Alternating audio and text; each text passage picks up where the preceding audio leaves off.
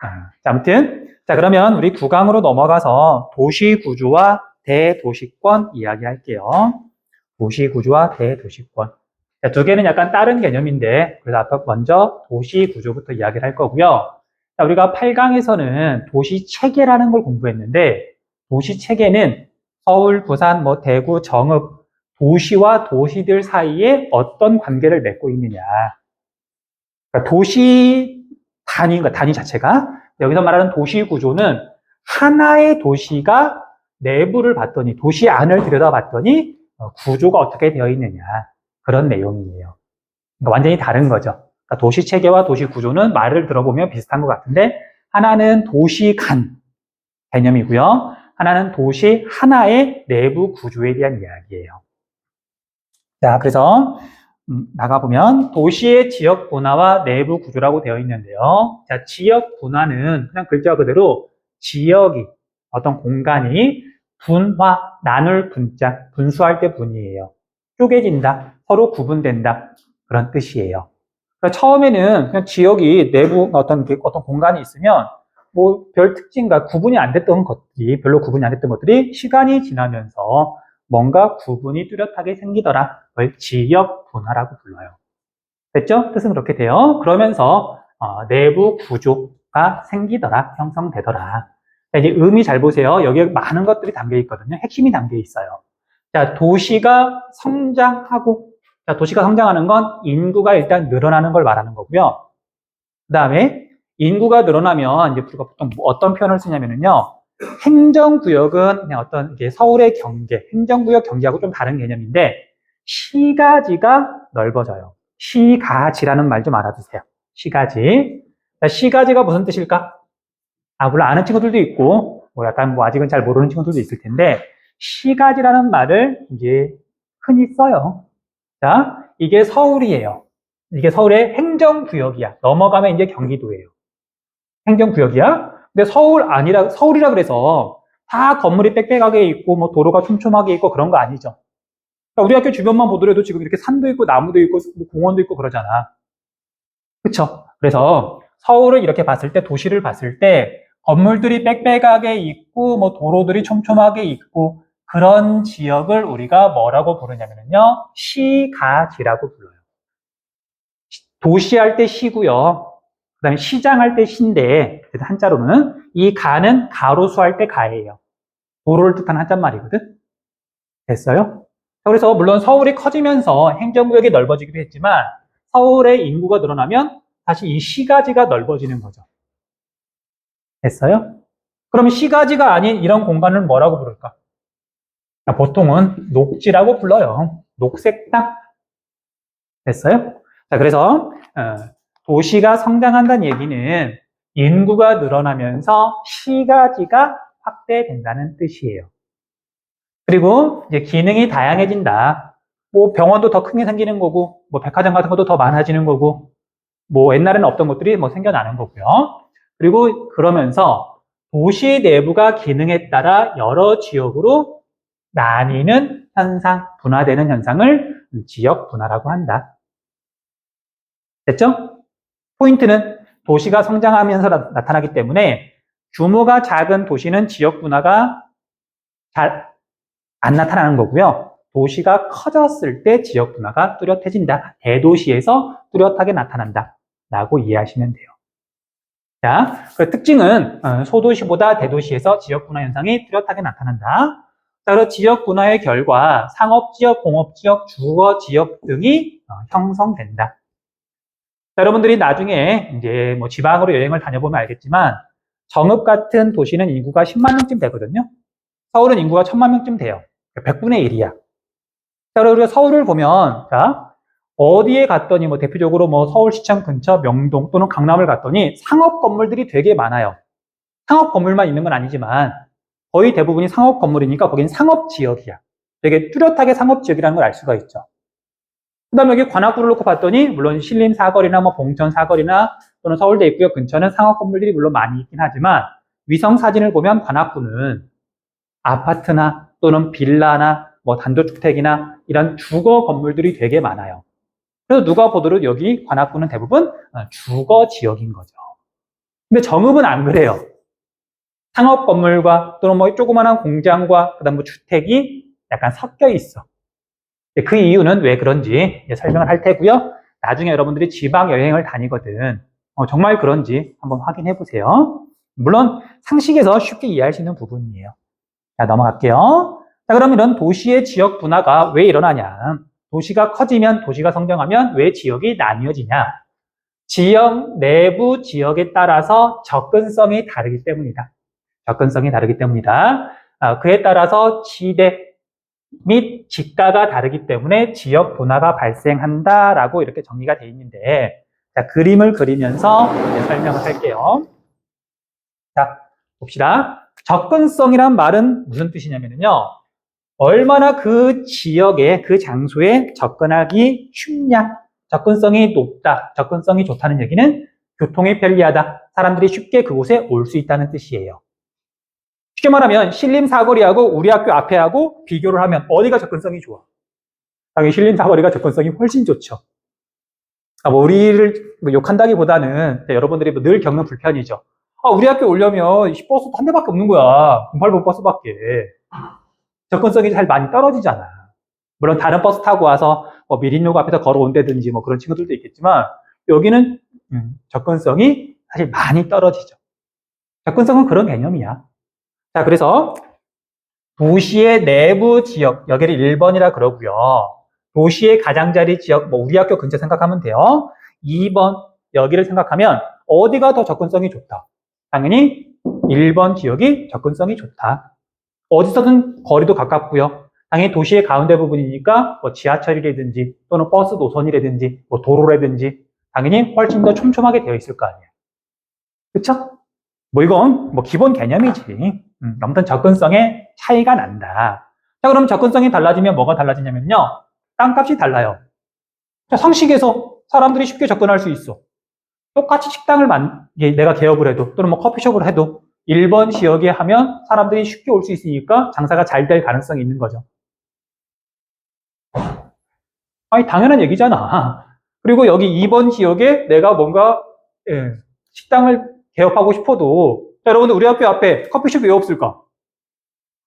그렇지, 커피숍 이렇게 개업해봤자 누가 여기에 오겠어. 맛을 떠나서 너무 불편하잖아, 오는 것 자체가. 그래서 접근성이 달라지면 당연히 땅의 가격, 지가가 달라져요. 그러겠죠?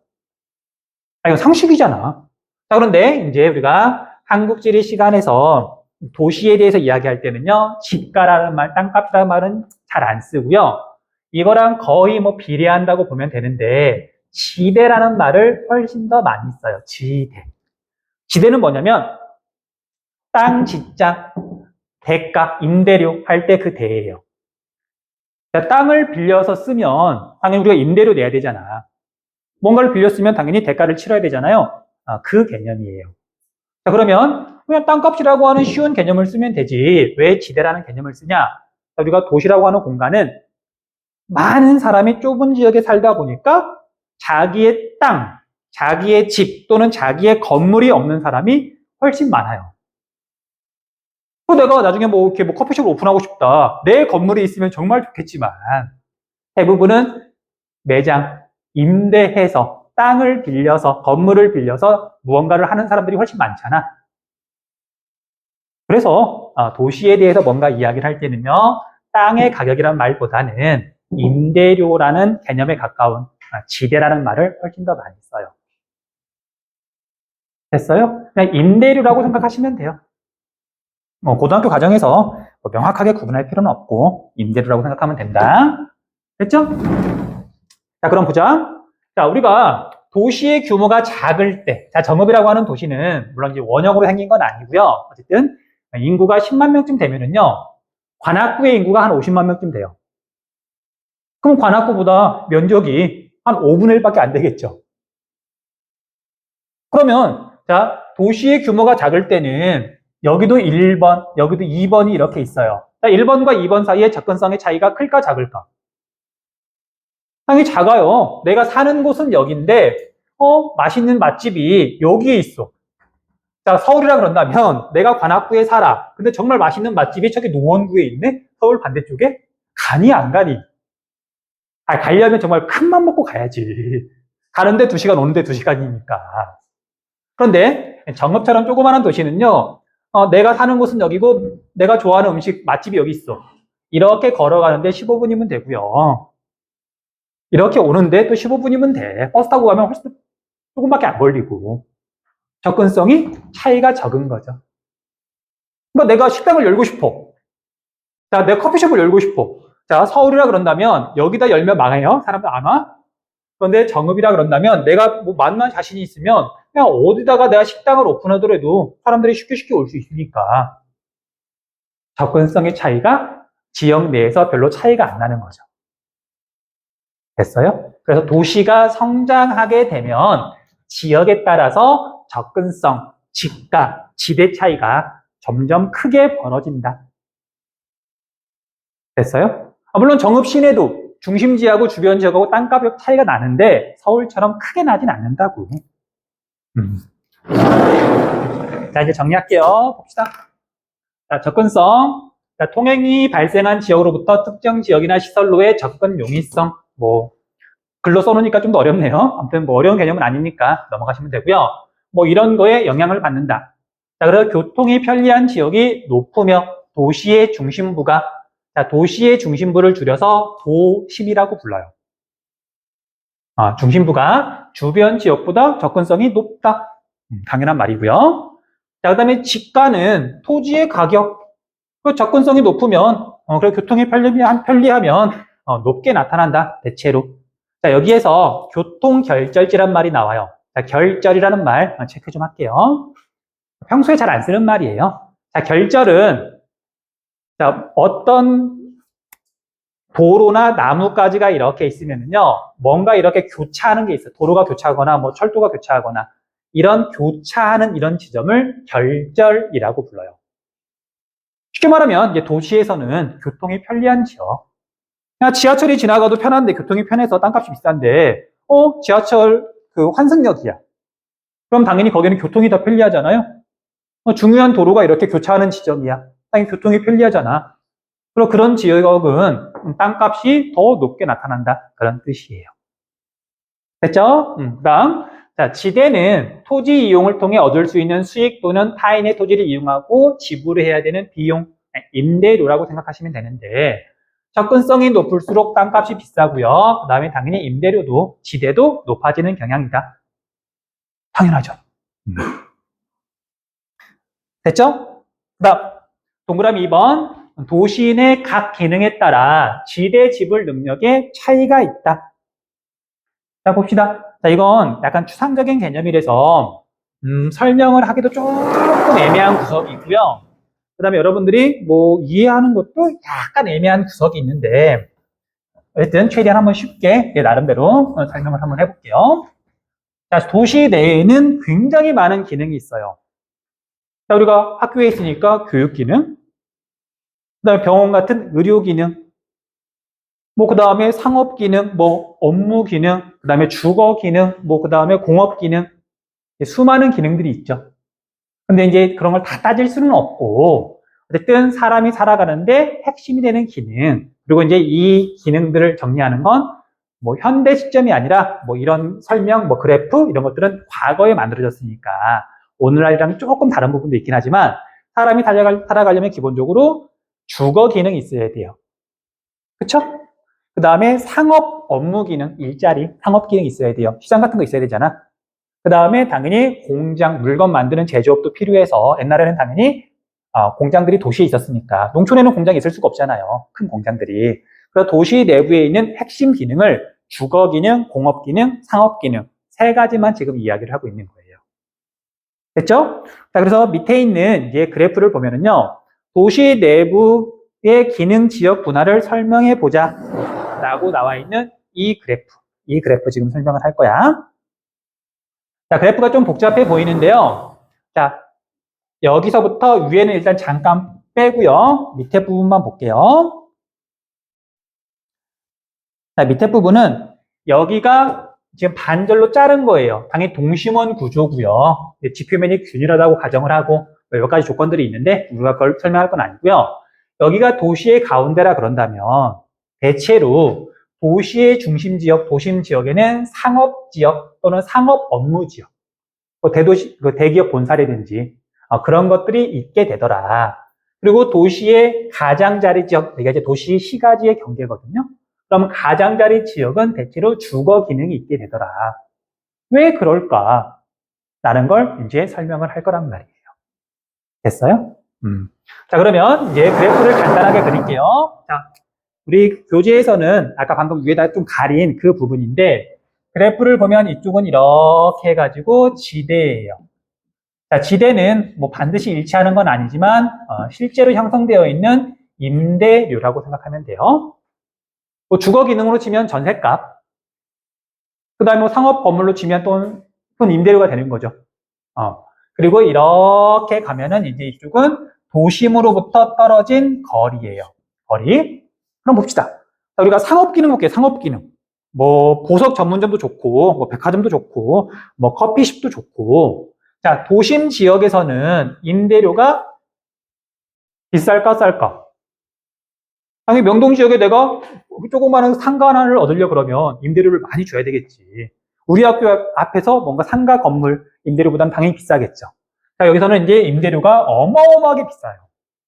아는 사람은 알겠지만 명동 같은 데 가면 땅값 자체도 어마어마하게 비싸고, 근데 거기서 장사를 하려면 뭐 1, 2억 가지고는 되지 않아요.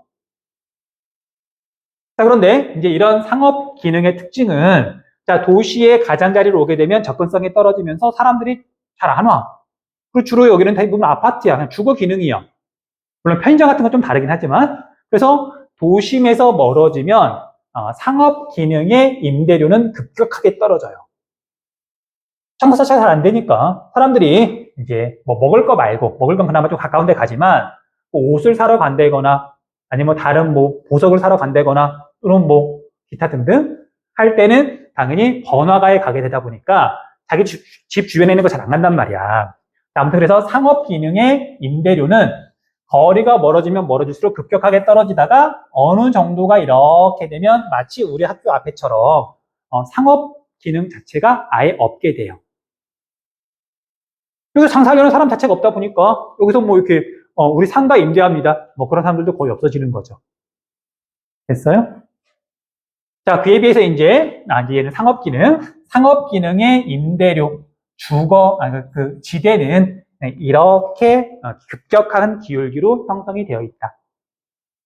자, 그에 비해서 주거 기능은 자, 도심 지역 가운데, 도시 가운데에 내가 뭐 전세를 살고 싶다. 물론 돈을 조금 더 줘야 되겠죠. 근데 여기서 만약에 전세값이 굉장히 비싸다. 그럼 사람들은 여기에 전세를 살지 않아요. 왜냐면 조금 뭐 출퇴근하는데 시간이 좀 걸리더라도 여기서 만약에 뭐 평범한 아파트를 예를 들면 전세값이 30억이야. 난 돈이 없어. 그럼 어쩔 수 없이 조금 거리가 떨어져 있더라도 도시 가장자리에 있는 여기에 있는 아파트를 전세를 얻어서 뭐 또는 주택을 전세를 얻어서 여기에 살면서 출퇴근하면 되는 거잖아요. 이건 뭐 내가 사는 아파트에 사람들이 막 많이 와야 되는 거 아니냐. 접근성이 중요한 게 아니잖아. 그냥 내가 출퇴근하면 되는 거고 내가 뭐 백화점에 가면 되는 거고 내가 조금 움직이면 되는 거라서 주거 기능은 접근성하고는 조금 이게 조금 뭐라 그래야 되나? 민감도라 그래야 되나? 관련도라 그래야 되나? 그게 조금 적죠. 당연하잖아. 커피숍하고 아파트하고는 다르잖아. 접근성하고 이렇게 관련되어 있는 부분이. 자, 그러다 보니까 주거 기능은요. 도심 지역이 당연히 전세값이 더 높아요. 땅값도 비싸고.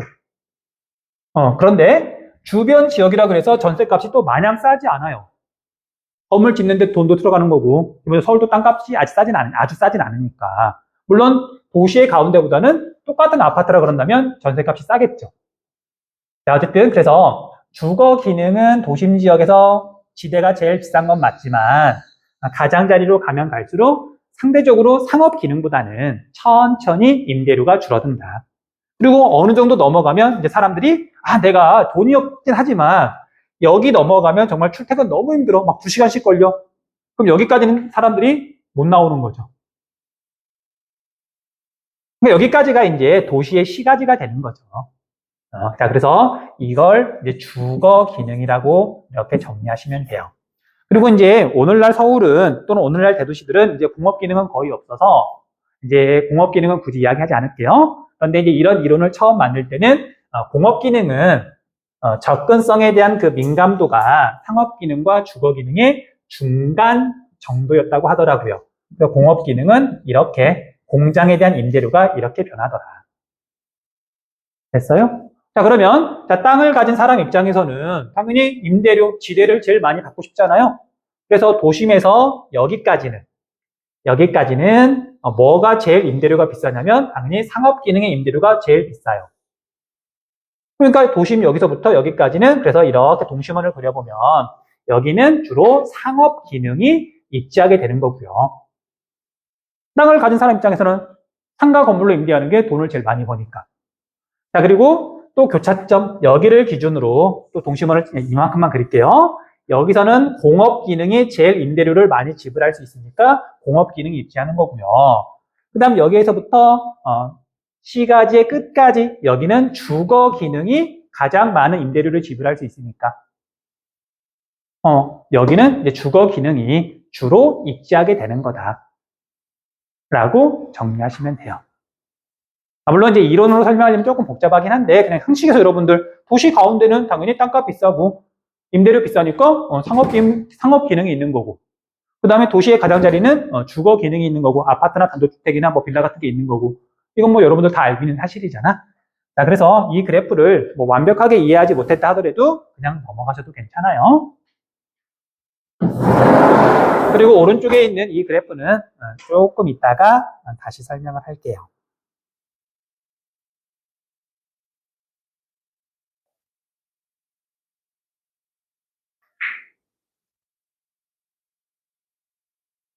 (10시 3분) 자, 밑에 도시의 지역 분화 과정까지만 설명하고 이번 시간 마칠게요.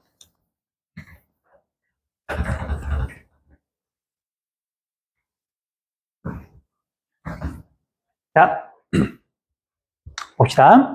자, 도시의 지역 분화 과정이니까 도시가 성장하면서 지역 분화가 일어나는 거예요. 그 결과물을 보는 게 아니라 그 과정을 볼 건데, 자, 도시가 성장하기 전 도시의 규모가 작았을 때, 뭐 쉽게 말하면, 서울로 치면 정말 사대문 안쪽만 이제 옛날 한양이던 시절, 서울의 규모가 작았던 시절, 그때 생각하시면 돼요. 자, 그때는 당연하지만 여기에 상업 기능도 있었을 것이고요. 그 다음에 여기에 당연히 주거 기능도 있었을 것이고, 그 다음에 공업 기능도 당연히 이 안에 있었겠죠. 이 옛날 좁은 한양 시절에 서울이 자그만했을 때는 여기에 주거 기능, 상업 기능, 뭐 교육 기능, 의료 기능 이런 것들이 다 여기에 있었겠죠. 당연한 얘기잖아. 여기는 당연히 서울이 아니었던 거고, 당시에는. 허벌판이나 뭐 그런 거였겠죠. 자, 그런데 서울의 규모가 커지면서 이제 요만해진 거예요, 서울이. 서울이 대도시가 된 거죠. 그 과정에서 이제 지역 분화가 일어났다. 자, 옛날에는 여기에 여러 가지 기능이 섞여 있다 보니까 여기나 여기나 뭐 별로 차이가 없는 거죠.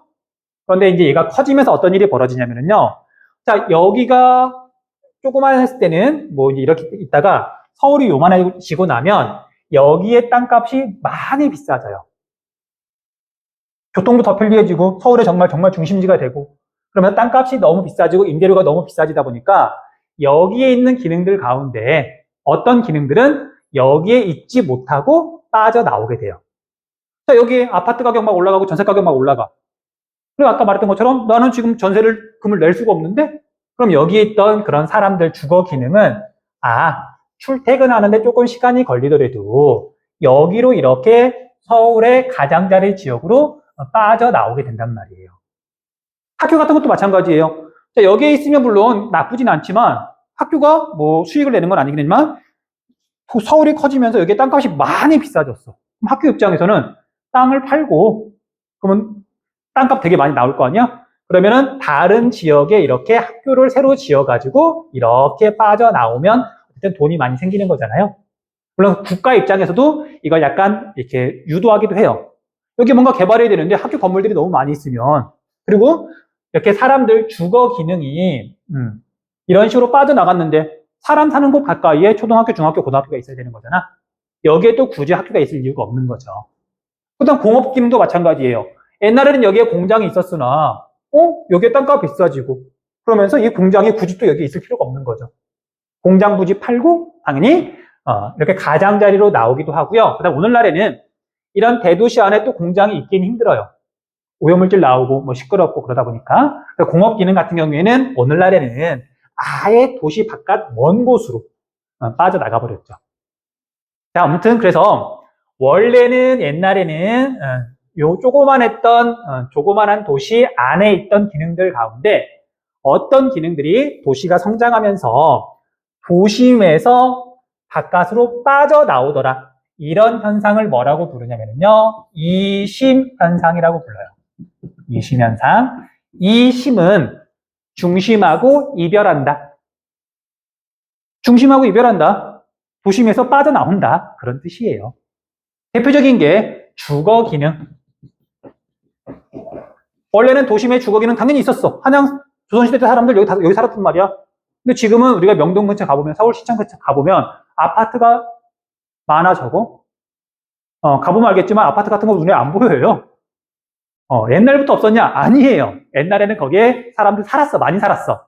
근데 지금은 사람들이 실제 거기에 거주하진 않죠. 됐니? 그런 개념이에요. 그 다음에 뭐 공업 기능도 마찬가지고요. 뭐 교육 기능도 마찬가지고요. 학교 같은 것도 마찬가지고. 근데 반대로, 자, 이제 내가 장사를 하고 싶어. 또는 돈을 많이 벌어서 뭐 백화점을 운영하고 싶어. 또는 뭐 호텔을 세우고 싶어. 또 내가 기업 회장이야. 나 본사 어디다 세울까? 관악구에 기업 본사 세우면 모르겠어. 세울 수도 있겠지만 실제로 그런 사람은 별로 없죠. 뭐 호텔? 관악구에 지을 수도 있겠지만 좀 그렇죠. 호텔 같은 경우에는 교통이 좀 편리하고 외국인들도 쉽게 접근할 수 있고 땅값이 좀 비싸더라도 백화점도 마찬가지고요. 그래서 그런 기능들은 도심 지역에 이렇게 지을 수밖에 없어요. 자꾸만 도심 지역으로 몰리는 거죠. 고급 서비스 기능, 대기업 본사 그런 것들은. 자, 그래서 도시의 중심으로 어떤 기능들이 모인다. 이걸 집심 현상이라고 부르고요. 대표적인 게 고급 서비스 기능 또는 고급 상업 기능 또는 업무 기능. 기업 본사들 당연히 도시의 중심 지역으로 당연히 몰려들잖아. 자, 그래서 집심 현상과 이심 현상이 계속 일어나다 보면 여기 가운데에는 주거 기능, 공업 기능은 점점 없어지고 상업 업무 기능만 남게 돼요. 옛날에는 막 섞여 있다가 상업 업무 기능만 남게 되니까 상업 업무 지역이 되는 거죠. 그 다음에 여기 주변 지역은 이제 주로 주거 기능만 있게 되니까 주거 지역이 되는 거죠. 우리 관악구처럼. 이게 바로 지역 분화고요. 그래서 도심과 주변 지역, 상업 지역과 주거 지역으로 이렇게 나뉘어서 이런 구조가 형성이 됐다. 이런 걸 도시 구조라고 부르는 거고요. 됐어요? 자, 우리가 서울에서 대부분 나오고 자랐고, 뭐 서울에서 태어나지 않았더라도, 뭐 지금 서울에 대부분 살고 있을 거니까, 도시 구조는 사실은 이제 직관적으로는 그냥 당연한 이야기예요. 그런데 이제 그거에 대해서 이제 뭔가, 합리적으로 왜 그렇게 되었는지, 특징은 어떻게 되는지 조금 정리만 좀 할게요. 물론 중요한 개념들이 있는데, 얘하고 특히 이제 얘 개념만 잘 알아두시면 그렇게 어려운 부분은 없을 거예요. 자, 아무튼 볼게요. 자, 도시 내부 구조를 봤더니 도심이라는 게 있어요. 도심은 도시의 중심의 줄임말이거든요. 도시 중심, 도시의 가운데 부분. 그래서 여기는 원래부터 도시였던 부분이에요. 서울로 치면 뭐 조선시대 또는 일제강점기 때도 한양이었던 곳 또는 경성이었던 곳, 사대문 안, 뭐 서울역 근처, 시청 근처, 명동 일대, 거기가 도심에 해당하는 거죠. 자, 그래서 주로 도시 중심부에 형성되며 접근성, 지대 및 집가가 높다. 뭐 당연한 얘기죠. 그 다음 높은 지대를 지불할 수 있는, 자, 임대료를 지불할 수 있다. 임대료를 감당할 수 있는 기능들만 서울 중심부에 있을 수 있죠. 그래서 이제 서비스 기능 중에서도 고급 서비스 기능, 뭐 고차 서비스 기능이라 그래야 되나? 병원으로 치면 종합병원 또는 이제 그런 상업 기능을 담당하는 걸로 살펴보면 백화점 같은 것들. 우리가 명동 일대에 뭐 동네 구멍가게가 있을 수는 좀 힘들지 않아 있기는. 그쵸? 그 다음에 뭐 대기업 본사나 또는 은행 본점이나 이런 것들이 주로 이제 도심 지역에 있는 거죠. 자, 그래서 높은 지대를 지불할 수 있는 기능들을 봤더니 중추 관리 기능이 있어요. 자, 우리 중추 관리 기능에다도 강조 표시 좀 할게요. 뭐 일상생활에서는 잘 안 쓰는 말인데 어쨌든 지리에서는 좀 의미가 있는 개념이라서 자, 우리가 관리 기능, 뭐 관리한다. 당연히 뭔가 위에 있는 게 좀 높은 데서 전체적으로 살피고 뭐 관리하는 거잖아요. 그래서 그런 기능들 중에서 중추적이다. 자, 우리가 신경 중에 가장 핵심이 되는 것 중요한 걸 중추신경이라고 하죠. 뇌하고 척수하고. 그런 도시가 뭔가 돌아가고 하는 데 있어서 관리하는 기능 중에 핵심이 되는 것들. 뭐 일자리 중에서도 뭐 대기업 본사, 은행 지점들 말고 은행 본사, 뭐 관공서로 치자면 우리가 주민센터 말고 서울시청, 경찰서 지구대 말고 경찰청, 뭐 이렇게 큰 관공서들 있잖아. 이런 것들을 중추 관리 기능이라고 불러요. 당연히 이런 것들은 도시 중심부에 보통 있는 거죠. 원래부터 거기 있었기도 했고 땅값이 비싸더라도 핵심 기능이니까 거기 있을 수밖에 없잖아. 아무튼 그런 걸 중추 관리 기능이라고 하고요. 고급 상가 전문 서비스업 등 고차 중심 기능이 입지한다. 자, 그리고 이제 이 두 가지는 이제 한꺼번에 설명을 할 건데 원래 주거 기능이 뭐 일제강점기 조선시대 때는 사대문 안에 당연히 사람들이 많이 살았겠죠. 옛날엔 거기만 한양이었으니까. 그런데 이제 서울이 커지면서 거기에 있던 주거 기능이 서울 외곽 지역, 심지어 이제 경기도 지역으로 빠져나가면서 지금 서울의 중심부 지역은 아파트나 또는 뭐 이렇게 다세대 주택이나 이런 주거 기능이 많다 적다. 우리가 가보면 알지만 명동 근처에 높은 빌딩들이 있죠. 근데 그게 상업 빌딩인 거지. 주거 기능을 하는 빌딩은 거의 없잖아. 아파트 형태는 거의 없잖아요. 나중에 혹시 이렇게 관심이 있으면 보이지만 그냥 뭐 놀러 갔는데 뭐 그런 거까지 보고 다니지 않거든요. 아무튼 나중에 그런 데 가거든 한번 확인해 보세요. 서울역 주변 이런 아파트 같은 건 거의 보이지 않아요. 그래서 과거에는 거기에 분명히 사람들이 많이 살았는데 지금은 안 사는 건 아니지만 과거에 비해서 인구가 줄어들었어요. 이런 현상을 뭐라고 부르냐면 인구 공동화 현상이라고 불러요. 공동화 현상. 인구라는 말이 붙었을 뿐 공동화라는 말은 다른 데서도 많이 쓰여요. 뜻 설명할게요. 자, 공동화가 무슨 뜻일까? 공동, 함께 아니에요? 신림동, 삼성동 할 때 동이에요. 어떤 지역이 공허하다, 공허, 빈다. 뭐가 있었는데 점점 줄어들거나 없어지는 현상. 이걸 공동화라고 불러요. 자, 그래서 인구 공동화는 과거에 사람이 많았는데 점점 줄어들더라.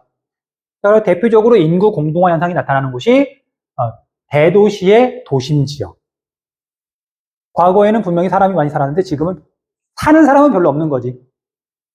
일자리가 많아서 낮에는 바글바글 되지만 밤이 되면 당연히 상업 건물들 불 다 꺼지고 다 집으로 퇴근하는 거잖아. 자, 그리고 농촌 지역, 촌락 지역은 옛날에는 사람이 많았으나 지금은 사람이 많이 줄어들었죠. 그러니까 촌락 지역도 인구 공동화 현상이 나타나는 거예요. 됐죠? 뜻만 알면 뭐 내용을 이해하는 건 그렇게 어렵지 않을 거니까. 인구 공동화 현상, 그리고 이런 말도 써요. 제조업 공동화 현상. 현재 과거에 우리나라는 인건비가 쌀 때는 뭐 신발 공장, 옷 공장, 섬유 공장 뭐 이런 게 되게 많았거든요. 근데 지금은 우리나라에 그런 공장들이 별로 없죠. 외국으로 많이 빠져나갔잖아. 우리나라는 그런 사람 손으로 하는 노동 집약적인 공업에 있어서 제조업 공동화 현상이 나타나는 거죠. 됐니? 그러니까 원래 없었는데 지금도 없다. 이런 걸 공동화라고 하지 않고요. 이제 한때는 많았는데 지금은 줄어들었다. 이런 걸 공동화라고 한다. 넘어갈게요. 자, 그 다음에 주간 인구 지수는 이제 그래프 그리면서 설명을 할게요. 자, 천천히 자세히 설명을 할 거고요. 자, 먼저 중추 관리 기능은 이야기를 했고요. 인구 공동화 현상은 그래프 그리면서 다시 한번 이야기할 거고요. 그 밑에 보면 주간 인구지수 나오죠. 이게 도시 단원에서 제일 중요한 부분이에요. 자, 그래서 그래프를 그릴 건데, 자, 그래프 다 그리고 정리할 시간 줄 거니까 따라 그리지 말고, 왜냐면 이제 그래프를 그리다가 뭐 살짝 지우고 또 추가 설명할 거거든요. 그러니까 설명 다 들은 다음에 그 다음에 정리하세요. 시간 충분히 줄게. 자, 이 그래프, 교재에 있는 이 그래프 절반만 그릴 거예요. 자, 이걸 보면 도심에서 주변 지역, 가운데를 기준으로 양쪽이 대칭이거든. 이렇게 접었을 때 데칼코마니처럼 대칭이에요. 그래서 그냥 이쪽 가운데 잘라가지고 오른쪽만 그릴게요. 됐죠? 어쨌든 그래프를 그려볼게요. 자, 그래프를 봤더니 이렇게 Y축이 있고요. 이렇게 X축이 있고요. 여기가 도시의 중심인 도심이에요. 도시의 가운데. 그 다음에 우리 교재에는 주변 지역이라고 써 있는데 뭐 거의 같은 거죠. 거리라고 이렇게 표현할게요. 도심에서 떨어진 정도. 그러니까 여기는 도시의 중심이면 여기는 도시의 주변 지역이 되겠죠. 자, 그리고 이쪽은 인구라고 되어 있는데 자, 이제 인구를 두 가지로 구분할 거예요. 자, 교재에 봤더니 상주 인구, 주간 인구라고 나오죠. 구분할게요. 자, 왜 구분을 하냐면 여러분들 촌락 지역, 뭐 농촌 생각하면 돼요. 농촌은 자기가 사는 집이 있으면 논이나 밭이 그렇게 멀리 떨어져 있는 곳에 있지 않아요. 뭐 조선시대에 뭐 교통수단이 발달한 것도 아니고 자기가 일어나면 뭐 걸어서 논에 가서 일하고 다시 집으로 돌아와야 되잖아요. 그 농촌 지역은 아침이랑, 그러니까 밤이랑 낮이랑 사람들이 분포하는 데 있어서 차이가 나지 않아요. 자기가 사는 곳이 자기 일터인 거야. 그런데 도시 지역은 여러분들 부모님 하더라도 여러분들이 사는 집하고 여러분들 부모님이 이제 일하는 직장하고 일치하는 경우가 많을까? 일치하지 않는 경우가 더 많을까? 일치하지 않는 경우가 많죠. 아파트 단지에 있는 사람들은 당연히 이제 직장을 다닌다면 아파트 단지에서 나와서 직장으로 출근해야 되는 거잖아. 그래서 도시 지역이 농촌 지역하고 촌락 지역하고 뭐 차이가 나는 부분 중에 하나가 인구 이동이 아침 저녁으로 굉장히 많이 일어나더라. 그렇죠? 그래서 상주 인구와 주간 인구를 따로 구분을 하는 거예요. 농촌 지역은 그게 의미가 없지만 자, 제가 정리할게요. 자, 글자 그대로 주간 인구는 무슨 뜻이냐면요. 뭐 설명을 쓰진 않을 거야. 그냥 단어만 적을 거예요. 낮 주자예요. 낮 해가 떠 있는 시기. 그래서 낮 시간대에 인구 분포가 어떻게 되느냐.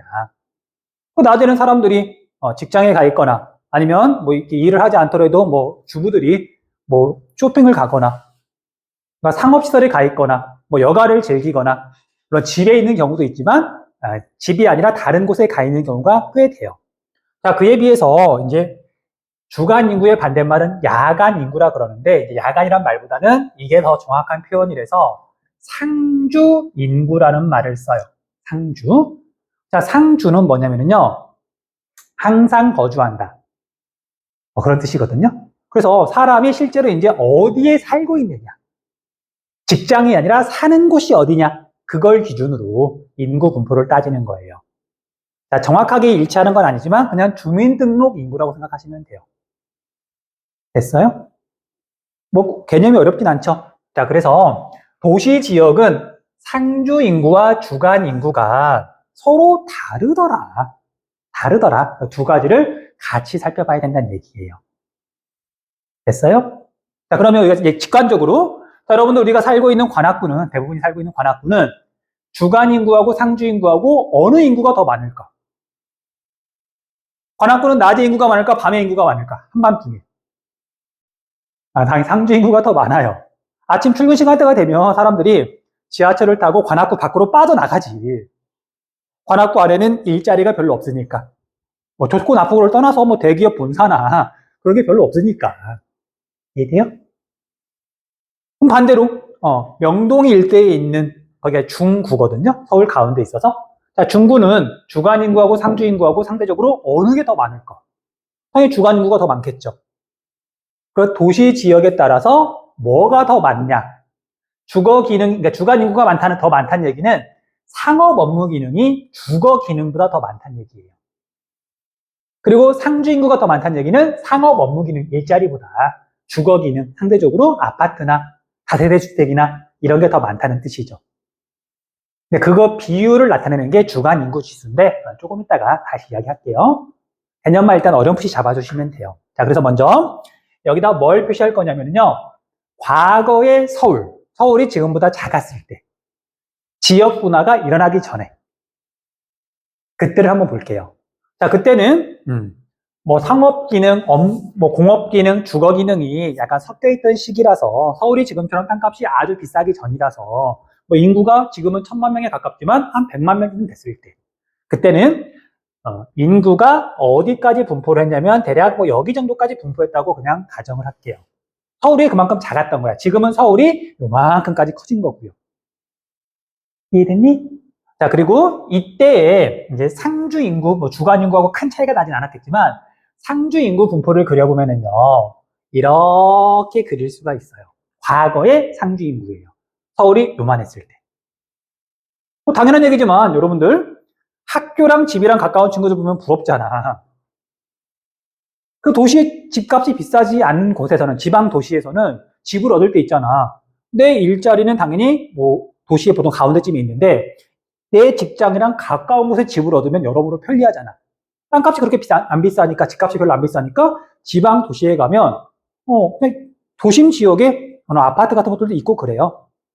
섞여 있는 거지. 자, 그래서 과거의 서울은 뭐 서울역 근처나 명동 근처나 그 근처에도 주거 기능이 굉장히 많았었어요. 됐죠? 그런데 이제 시간이 지나면서 서울이 점점 커지고요. 그 다음에 이쪽 지역은 집가, 뭐 지대 이런 것들이 올라가면서 여기에 있던 주거 기능이 도시 바깥으로 빠져나온다 그랬잖아. 이심 현상이 나타난다 그랬잖아요. 그러면 오늘날 대도시가 됐을 때 서울의 인구 분포는 어떻게 달라지냐면 여기에서 인구 분포는 상주 인구를 말하는 거야. 사람들이 실제로 사는 곳. 그러면 도심 지역의 인구는 이렇게 줄어들어서 지금은 여기에 인구가 그렇게 많지 않고요. 그리고 여기는 과거에는 서울이 아니었지만 서울이 커진 거죠. 그리고 여기에 있던 사람들이 주변 지역으로 빠져나오기도 하지만 지방에 있는 사람들이 서울로 올라오기도 하고 그래서 인구 분포가 이렇게 이루어져 있어요. 이해되니? 이해돼? 그래서 오늘날 서울을 보면 서울의 중심 부분, 명동 일대 중구는 사람이 별로 안 살지만 서울의 가장자리, 관악구나, 뭐 노원구나, 좀 이따 지도 보고 확인할 거야. 그다음 뭐 강남구나 이런 지역에 아파트 단지나 이런 주거 기능이 되게 많은 거죠. 됐어요? 자, 그래서 이렇게 상주 인구가 과거에 비해서 오늘날 줄어들었다. 이게 바로 공동화 현상이죠. 인구 공동화 현상이 도심 지역에서 나타나고 있다. 그렇게 정리할 수 있어요. 자, 이제 과거에 이제 여기 상주 인구 분포는 이제 지울게요. 이제 인구 공동화 현상 설명했으니까 지울게요. 글자만 남겨둘게. 자, 그러면 이제 얘는 오늘날 상주 인구 분포예요. 자, 그럼 여기다가 이제 주간 인구를 그릴 거야. 주간 인구. 자, 낮 시간대가 되면 인구 분포는 어떻게 달라질까? 자, 주변에 있는 관악구는 밤에 비해서, 상주 인구에 비해서 낮 시간대가 되면 인구가 줄어들죠. 그 다음에 뭐 명동 일대는 밤에는 사람이 별로 없지만 아침이 되면 사람들이 출근해가지고 그런 뭐 빌딩마다 사람들이 가득가득 차면서 이제 활기를 띠는 거잖아. 그래서 여기는 낮 시간대에는 인구가 굉장히 많아요. 여기에는 뭐 백화점 그런 거에 사람들 바글바글 되니까. 자, 그래서 낮 시간대가 되면 이제 인구 분포가 어떻게 달라지냐면요. 이런 식으로 달라져요. 이런 식으로. 이해되니? 여기까지? 자, 그래서 얘는 주간 인구예요. 주간 인구. 됐죠? 여기까지 이해했어? 자, 이제 여기까지가 이제 이 그래프를 절반으로 잘랐을 때 오른쪽의 그래프인 거예요. 됐어요? 자, 그럼 이제 조금만 더 이야기를 할게요. 자, 그래서 이제 아까 상주 인구와 주간 인구의 비율이 이제 중요하다 그랬는데, 자, 도심 지역은 상대적으로 지금 상업 업무 기능이 더 많이 집중되어 있는데, 여기는 상주 인구에 비해서 주간 인구가 더 많아요. 그런데 도시의 가장자리로 왔더니 상주 인구에 비해서 주간 인구가 더 적어요. 그러니까 이 비율만 보더라도 도심의 성격이 얼마만큼 뚜렷한지, 주변 지역의 성격이 얼마나 뚜렷한지 상대적인 비율만 봐도 알 수가 있는 거예요. 그래서 만든 개념이 주간 인구 지수. 자, 공식 적을게요. 그래서 이제 이 지역의 성격이 어떠냐를 한눈에 파악하기 위해서 임의로 만든 어떤 지표예요. 주간 인구 지수라고 하고요. 자, 얘는 상주 인구에 비해서 상주 인구 분의 주간 인구 이게 얼마나 더 많냐. 자, 이렇게 하면 뭐 똑같다. 그럼 1이야. 근데 뭐 0.74, 뭐 1.87. 자, 소수점 아래로 숫자가 좀 내려가면 눈에 잘 안 들어오잖아요. 그래서 임의로 곱하기 100을 해줘요. 그러면 100을 기준으로 100이란 얘기는 그 지역의 일자리하고 주거 기능하고 비슷하게 있다는 얘기고요. 100보다 숫자가 크다. 주거 기능보다 일자리, 상업 업무 기능이 더 많다는 얘기예요. 이해되니? 한눈에 알아볼 수 있는 거죠. 자, 그래서 주간 인구 지수라고 하는 개념이 이런 거다. 자, 그래서 도심을 봤더니 상주 인구에 비해서 주간 인구가 월등히 커서 주간 인구 지수가 무척 크다. 크면 클수록 도심의 선택이 더 강한 거예요. 그리고 주변적으로 봤더니 뒤집어져서 이제 주간 인구 지수가 100보다 작은 거죠. 자, 아까 했던 질문 그대로 할게요. 살짝만 바꿔서. 관악구는 주간 인구 지수가 100보다 크다, 작다? 작다. 작다. 자, 이게 대답이 나오면 이제 완벽이라기보다는 이제 이해를 잘 하고 있는 거예요. 쉬운 개념은 아닌데 어쨌든 머릿속에 개념이 좀 작다고 보면 돼요. 자, 그러면 다시 서울 전체로 보면 주간 인구 지수가 100보다 클까 작을까? 서울 전체로 보면 크다. 아침 시간이 되면 경기도에서 서울로 사람들이 막 오잖아. 크다. 당연한 얘기죠. 그러면 경기도는 주간 인구 지수가 전체적으로 100보다 작다. 그런데 경기도 안에서도 공업 도시들이 있거든요. 뭐 예를 들면 화성시. 화성에 이제 뭐 삼성 반도체 공장도 있고 좋은 좋은 일자리들이 많아. 그럼 화성은 주간 인구 지수가 어떨까? 서울 안에서도 100보다 크다. 그리고 경기도에서 서울이랑 붙어 있으면 서울로 퇴근하기가 훨씬 유리한 거잖아요. 서울이랑 가까운 지역은 주간 인구 지수가 유난히 좀 낮아요. 됐죠? 개념 잡으면 이제 수치를 보고 지역 특성을 좀 파악할 수가 있어요. 주간 인구 지수 그렇게 잡으시면 되고요. 그 다음에 우리 2학기 수행평가가 저희 방금 설명했던 걸 1학기 때랑 비슷한 내용이에요. 직접 통계 자료 사이트에 들어가가지고 관악구의 주간 인구 지수는 얼마? 이제 자기가 관심 있는 지역 여러 가지 지표를 찾아볼 거거든. 그런 내용이야. 그래서 수행평가는 또 어렵지 않게 진행할게요. 자, 그래서 여기까지 지금 주간 인구 지수를 설명을 했어요. 주간 인구 지수. 자, 시간 충분히 줄 거니까 필기하시고요. 자, 4시계 기준으로 지금 40분이 됐으니까 설명 이어서 할게요. 자, 그래서 도심에 대해서는 뭐 이렇게 큰 특징이 있고요. 뭐 여기하고 관련돼가지고 뭐 한두 가지 정도만 더 이야기하자면, 자, 여기는 초등학교가 수가 늘어날까 줄어들까? 줄어들죠? 그 다음에 초등학교당 학급당 학생 수 또는 학급수, 초등학교의 학급수는 많을까 적을까? 적을 수밖에 없죠. 그래서 실제로 여기에 있던 초등학교 중에 뭐 우리나라에서 제일 먼저 생긴 초등학교, 교동초등학교라는 게 있거든요. 학생 수가 지금 정말 몇 명 안 돼요. 어떤 상징적인 의미 때문에 이걸 폐교시키기도 참 애매하고, 아무튼 학생 수가 점점 줄어들어서 학교 앞에는 사실 이제 그 문방구를 하는 그런 아저씨들 있잖아, 아주머니들. 장사가 안 돼. 업종을 바꾼다든지 그런 일도 이제 뭐 뉴스로 나오기도 하고 그래요. 그 다음, 우리 스카이라인이라는 게 스카이라인. 말로만 할게. 스카이라인 무슨 뜻일까? 스카이라인. 하늘에 뭐 선이 그어져 있어. 그러면 우리가 건물들이 되게 높게 올라가잖아요. 뭐 높든 낮든 건물의 제일 높은 곳을 쭉 이었을 때 어떤 선이 생기는데 이런 선을 스카이라인이라고 불러요. 여기는 상업 건물에, 아파트 빼고, 아파트는 뭐 다 높으니까 아파트 빼고 상업 빌딩, 상업 건물의 스카이라인이 높다. 관악구는 대체로 스카이라인이 낮다. 되게 어떻게 좀 속상한 이야기인데, 에피소드인데, 내가 여기 오기 전에 서대문구에 있는 이대부고라는 곳에 있었어요.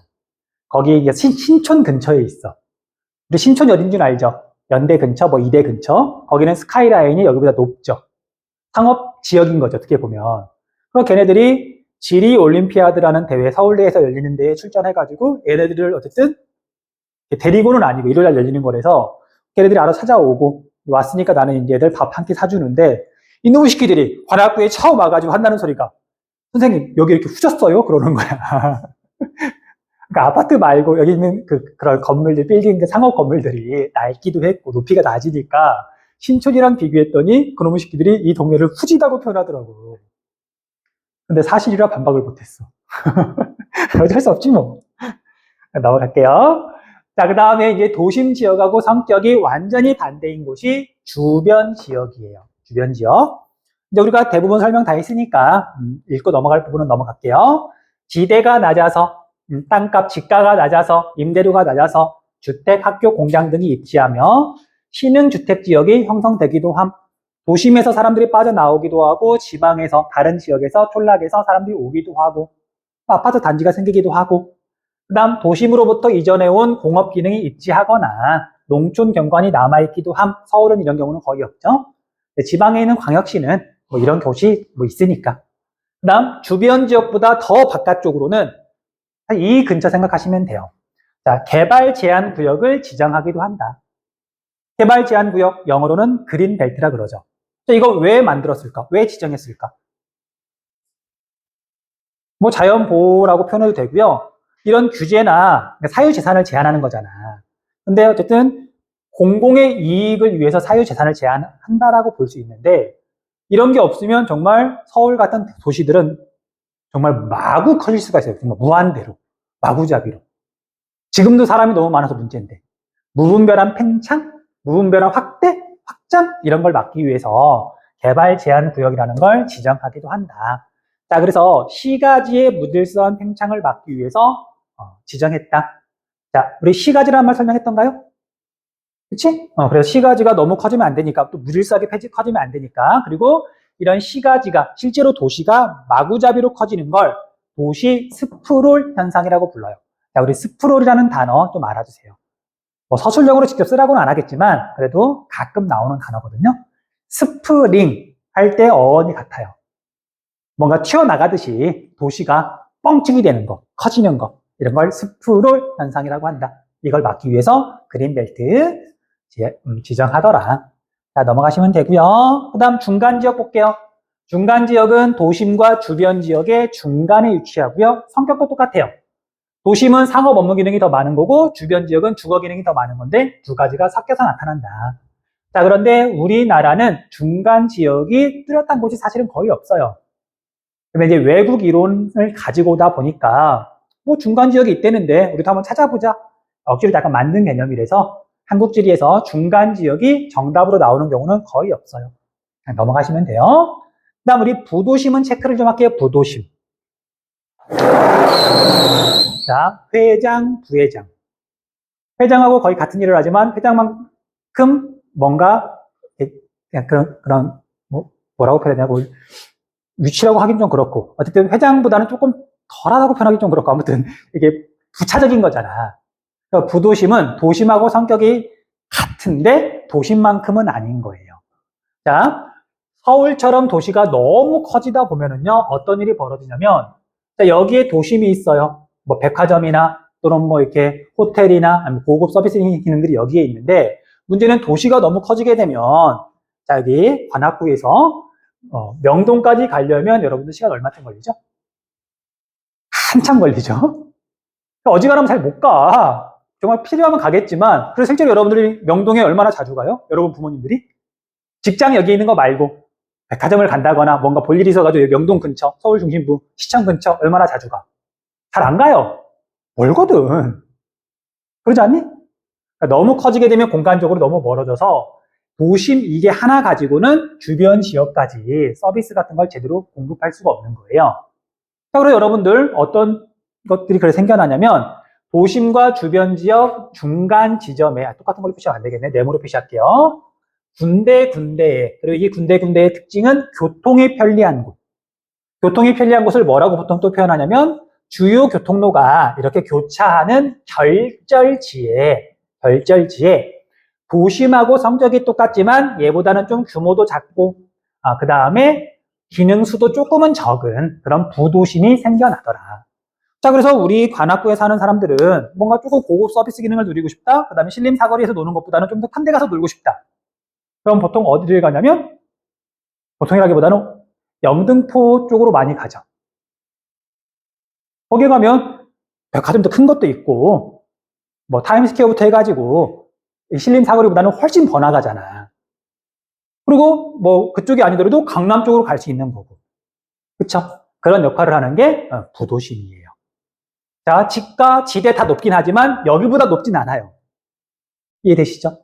그게 부도심이더라. 뭐 그 정도만 체크하시면 돼요. 자, 그래서 내용을 보면은요, 도시가 성장함에 따라서 도심과 주변 지역을 연결하는 교통 결절에 형성된다. 도심이 주변 지역까지 다 어떤 서비스를 제공할 수 없으니까 중간중간 핵심 지역이 생기는 거죠. 도심의 일부 기능을 분담한다. 그리고 접근성이 양호하여 지대 및 지가가 대체로 높다. 단 여기에 중추 관리 기능이 있을까 없을까? 뭐 있다 없다라기보다는 중추 관리 기능, 뭐 대기업 본사, 커다란 관공서는 도심에서 이쪽으로 옮겨올 수 있어 없어? 일부는 옮겨올 수 있지. 대기업 본사 같은 건 일부는 옮겨올 수 있죠. 근데 여전히 도심에 있는 거고요. 고급 서비스 기능, 고급 상업 기능, 백화점, 뭐 호텔 이런 것들은 얼마든지 여기에 분점 같은 거 낼 수 있는 거죠. 그래서 여기서 말하는 일부 기능이 중추 관리 기능을 제외한 다른 기능을 말하는 거예요. 서울시청이 옮겨갈 수는 없잖아. 됐죠? 그렇게 정리하시면 되고요. 자, 우리가 앞에 가면 어떤 그래프가 있었냐면요. 이 그래프가 있었어요. 이 그래프는 뭐냐면, 자, 단핵 도시, 핵심이 되는 중요한 지역이 하나인, 자, 도시의 지역 분화, 내부 지역 분화가 일어나서 내부 구조가 형성이 됐는데 얘는 도시가 아주 크진 않아서 도심 하나가 주변 지역까지 충분히 커버를 하는 거예요. 그런데 얘는 도시가 더 커져서 얘가 여기까지 영향을 미치기가 쉽지 않은 거죠. 그러니까 중간에 여기에만 있는 게 아니라 여기에도 있을 것이고 여기에도 있을 것이고 여기에도 있을 것이고 부도심이 생겨난 거죠. 그래서 여기는 다 핵심이 여러 개다. 그런 그래프예요. 딱 여기까지만 그냥 알고 넘어가면 될 것 같아요. 자, 이제 이걸 실제 서울에 간단하게 적용하고 한 5분쯤 일찍 끝낸다는 말이 좀 무한하네. 아무튼 여기까지 조금만 더 하고 마칠게요. 자, 이게 서울의 지도예요. 자, 지방 애들은 불만이 많아. 아씨, 나 서울 살지도 않은데. 그리고 참 이렇게 속상하지만 나 인서울 할 것도 아닌데 왜 서울에 대해서 자세히 공부해야 되냐면서 불만이 많아. 근데 어쨌든 우리는 서울에 사니까 상식 수준에서 좀 살펴볼게요. 자, 서울이 이렇게 있으면, 자, 다른 데 찾아보기 전에, 자, 관악구 어디 있어요? 관악구. 관악구. 우리 관악구에 사니까 우리 관악구를 좀 알아봅시다. 관악구 알아두시면 되고요. 자, 여기서 주간 인구 지수가 이렇게 표시가 되어 있는데, 200 이상인 곳이 두 군데가 있는데, 얘가 더 높아요. 훨씬 높아요. 얘가 중구. 자, 구 이름은 중요하지 않아요. 알면 좋겠지만, 서울 가운데에 있어서 가운데 중자 중구예요. 그 위에 있는 여기는 경복궁이 있는데 무슨 구일까? 여기는 종로구. 서대문구는 얘가 서대문구예요. 그럼 얘가 동대문구가 되겠네. 동대문구도 있으니까. 근데 그런 구는 필요 없다기보다는 우리가 고등학교 과정에서 굳이 거기까지 알 필요는 없고. 근데 우리가 어쨌든 종로구는 그냥 알아둘만 하죠. 그래서 주간 인구 지수가 이제 200이 넘어가는데, 자, 여기서 중요한 거, 주간 인구 지수가 높으면 주간 인구 자체가 많다. OX. 절대적으로 주간 인구가 많다. OX. X. 상주 인구에 비해서 얼마나 더 많냐를 뜻하는 거잖아. 자, 서울의 인구가 약 1000만 명, 이건 뭐 외우거나 그러지 마세요. 서울의 인구가 약 1000만 명, 구는 25개. 그럼 구 하나당 인구가 대략 40만 명 정도예요. 그런데 여기는 상주 인구가 많을까 적을까? 별로 없죠. 10만 명이라고 할게, 예를 들면. 근데 여기 관악구는 40만 명이 넘어가요. 그리고 여기는 10만 명, 40만 명. 근데 이거에 비해서 10만 명에 비해서 예를 들면 300이다. 그래봤자 30만이잖아. 그러니까 여기는 상주 인구 자체가 워낙 적으니까 주간 인구 지수가 높다 그래서 주간 인구 자체가 많은 건 아니에요. 그러니까 간단한 산수 문제로 나오면 되게 쉬운 문제인데 지리 문제로 나오면 학생들이 내가 말이 한번 했던 것 같아. 아, 나 산수 약한데 내가 지리 시간까지 막 계산해야 돼? 하면서 일단 화가 나. 그러지 마시고 혹시 그런 문제가 나오면 계산 한번 해보세요. 간단한 산수 문제다. 넘어갈게요. 아무튼 여기에 도심. 그다음 주변 지역은 100 미만인 곳이 다 주변 지역이라고 보시면 돼요. 근데 관악구를 물어보면 좋겠는데 잘 안 물어보고요. 왜냐면 또 성격이 가장 뚜렷한 곳 보통 물어보니까. 자, 주변 지역 중에 성격이 제일 뚜렷한 곳, 상주 인구도 많고 뭐 그런 지역이 어디냐면요. 여기예요, 여기. 행정구역은 노원구. 노원구. 자, 우리가 강남 쪽에서 뭐 서울 전체에서 사기업이 제일 어떻게 보면 활발하게 이루어지는 곳? 사기업의 중심지? 대치동. 강남구 대치동. 거기 이렇게 사기업이 된다. 사교육, 학원가가 제일 많을까? 대치동에. 왜? 당연히 학원이라고 하는 건 너무 멀리까지 가지 않거든. 우리가 강남 하면 이미지가 뭐 이렇게 으리으리한 뭐 번화가, 빌딩들도 있지만 아파트, 주거 기능도 되게 많거든. 그러니까 부자들 많이 살잖아. 그러니까 자기 집 근처에 학원이 있으면 당연히 쉽게 가니까 대치동이 그래서 여기 강남구에 있는 거예요. 그런데 강북에서는 여기 오려면 너무 멀잖아. 자, 그리고 강북에서 한강의 북쪽에서 가장 사교육이 뭐 활성화되어 있는 곳, 학원가가 제일 발달해 있는 곳 어디일까? 혹시 여러분 중계동이란 말 들어본 적 있어? 노원구 쪽이에요. 자, 여기는 어떻게 보면 서울의 신도시인데 여기 가면은 뭐 이렇게 연립주택이나 뭐 빌라나 그런 건 별로 없고요. 대부분 아파트예요. 그러다 보니까 강북 쪽에서는 좀 먹고 살만해서 학원가가 정말 또 발달해 있어요. 그런 지역이야. 자, 아무튼 여기 노원구. 뭐 여기를 물어봐도 되고, 뭐 여기를 물어봐도 되고, 뭐 여기를 물어봐도 마찬가지인데 주변 지역. 관악구도 마찬가지고요. 자, 그 다음에 이건 상식이자 뭐 지리에서 알아내는 내용인데, 자, 우리가 강남이라고 하는 어떤 상징성이 있죠. 자, 뭘 보고 강남이라 그럴까? 뭐 강남의 아파트 가격이 어떻게 됐다, 뭐 강남, 뭐 8학군 뭐 어쩌고 하면서 뭐 강남 말 많이 나오잖아, 뭐 언론 같은 데서. 자, 어디를 강남이라 그러는 걸까? 한강의 남쪽? 원래 뜻은 그거지. 그리고 참고로 여기는 나중에 개발된 거거든요, 서울 안에서는. 되게 재밌게도 아는 사람 아마 알 것 같은데 강남중학교라고 있어요. 강남중학교. 글자 그대로 한강 남쪽에 있는 중학교란 뜻이야. 강남중학교. 강남중학교가 어디에 있을까? 서울에서. 여기가 개발되기 전에 강남중학교가 만들어졌거든요. 여기 없어. 어디에 있냐면 동작구에 있어요. 재밌게도 신대방 삼거리역 근처에 가면 강남중학교가 있어요. 그 다음에 여기가 만들어진 거고. 아무튼. 자, 그래서 강남은 한강의 남쪽인데 한강의 남쪽이라 해서 여기를 강남이라고 하진 않죠. 이쪽을 강남이라고 하고요. 자, 그리고 강남은 강남 3구의 줄임말이에요. 한강 남쪽에 있는 세 개의 구를 줄여서 묶어서 강남이라고 보통 말을 하는데, 자, 여기가 관악구 북쪽에 동작구. 그리고 관악구, 동작구 얘랑 만나는 곳, 세 군데가 만나는 곳, 여기가 어디냐면 사당역이에요. 자, 그러면 사당역 이쪽으로는, 동쪽으로는 무슨 구야? 지하철역 이름 보면은 낙성대역, 사당역, 그 다음에 방배역, 그 다음에 서초역. 여기가 서초구예요. 우리가 지하철 가끔 타잖아. 여기 이름 한번 봐보세요. 서초역. 그 다음에 그 옆에가 강남역.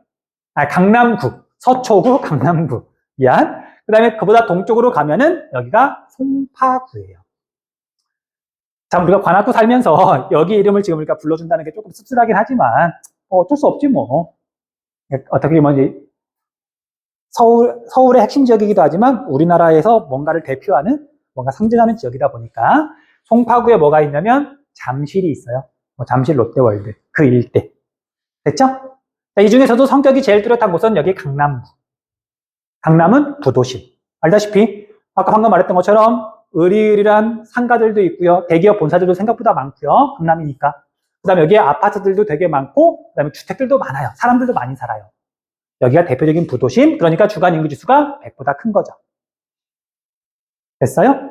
자, 그 다음에 여기 세 개 이렇게 묶여져 있는데 여기 두 개, 그 중에서도 여기가 또 대표적이거든요. 자, 관악구랑 붙어 있어. 여기 넘어가면 어디야? 무슨 구야? 금천구. 자, 금천구는 왜 주간 인구 지수가 100보다 클까? 왜 지역 내에 일자리가 있는 걸까? 100보다 크다는 얘기는 지역 내에 일자리가 있다는 얘기라 그랬잖아. 금천구는 특성이 어떻길래? 구로 디지털 단지, 가산 디지털 단지. 우리가 생각하는 일자리라고 하는 게 여러 가지가 있는데 여기는 서울 안에 그나마 공업 기능이 지금 남아있어서 그런 거예요. 그래도 특징이 뚜렷하니까 알아둘만 하죠. 됐어요? 도심, 부도심, 주변 지역, 그 다음에 공업이 지금 그래도 있는 지역 이렇게 구분해서 일단 이렇게만 알아두세요. 어머, 나 수업 겁나 오래 했어. 이러면 안 되는데.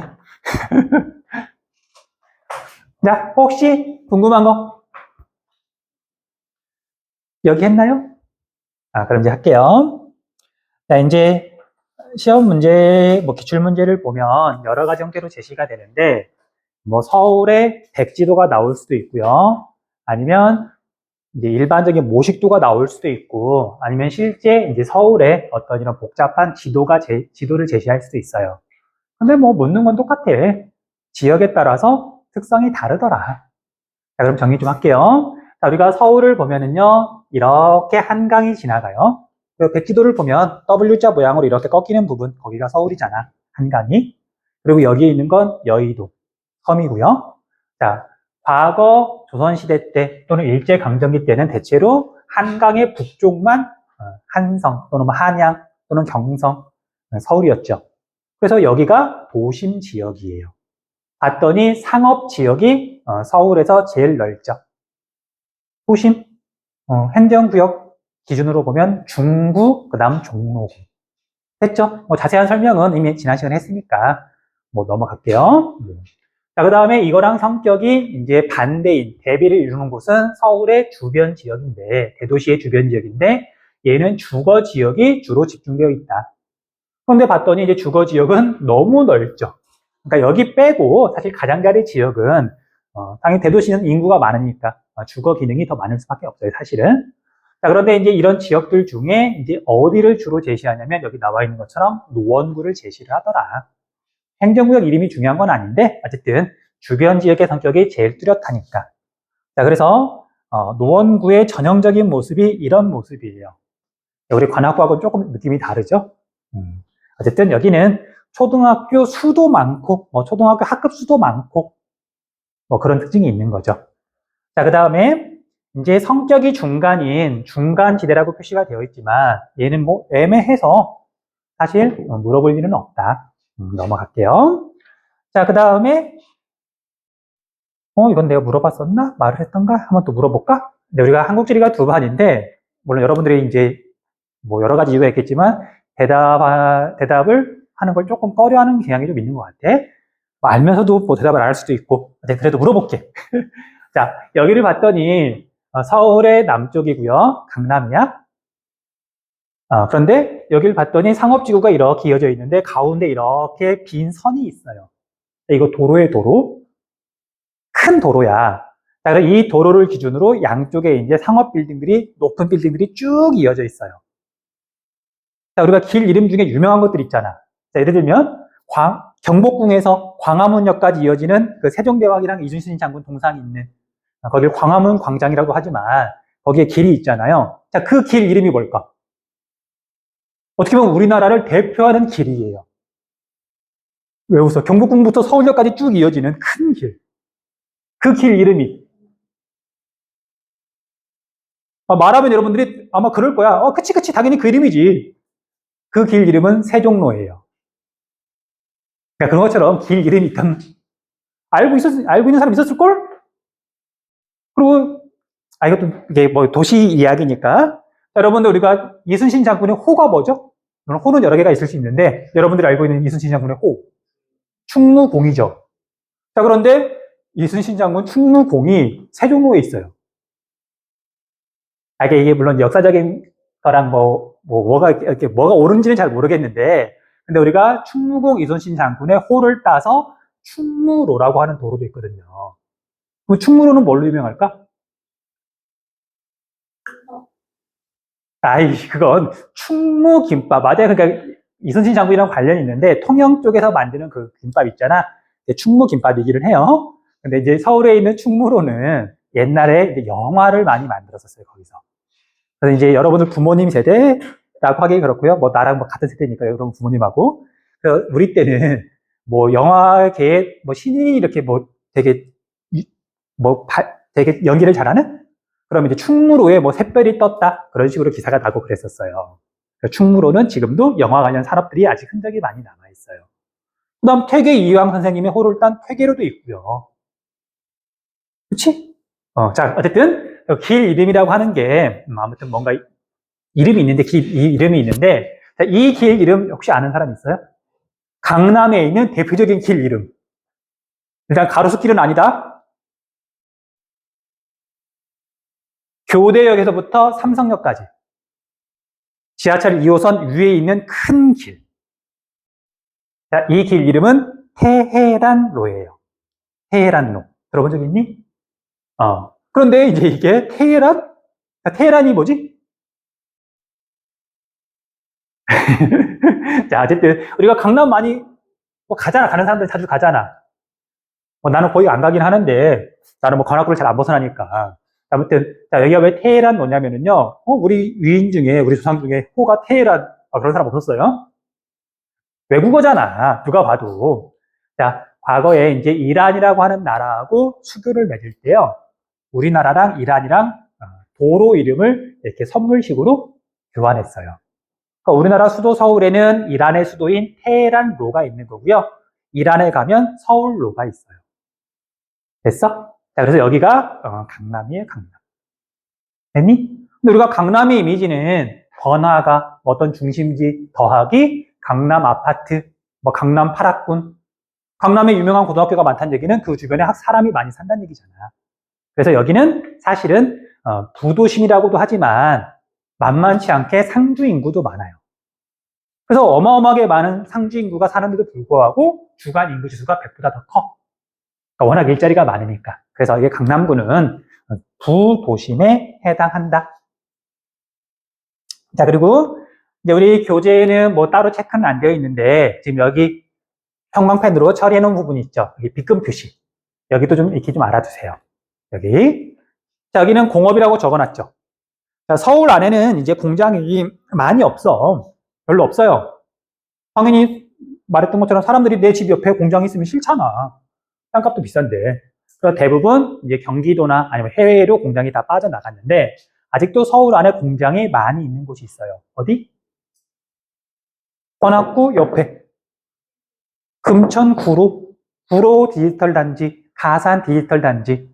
자, 그래서 여기는 공장들이 있으니까 일자리가 있는 거죠. 그 말했던 것처럼 여기는 주간 인구 지수가 100보다 큰 거죠. 됐죠? 뭐 그렇게 정리하시면 돼요. 자, 여기 지도까지 뭐 복습 좀 해가지고 간단하게 이야기를 했고요. 자, 읽어보시고요. 뭐 질문할 거 있으면 질문하세요. 조금만 있다가 이제 대도시권의 형성과 확대로 넘어갈게요. 넘어갈게요. 자, 대도시권의 형성과 확대. 봅시다. 대도시권. 자, 대도시권에서 권은 일일 생활권, 생활권을 말해요. 그럼 생활권이라는 게 뭐냐? 그러니까 일일 생활권이라는 게 뭐냐? 일일, 날마다 생활하는 어떤 공간 범위. 보통은 출퇴근을 할 수 있는 공간 범위.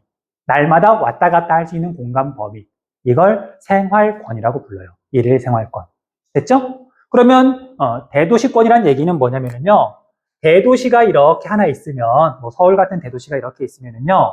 서울로 출퇴근을 하는 사람들이 과연 어디에 이렇게 분포를 하느냐. 당연히 서울 사람들은 대부분 서울에 있는 직장에 다니는 거고요. 서울 밖에 있는 경기도 사람들도 서울로 출퇴근을 하죠.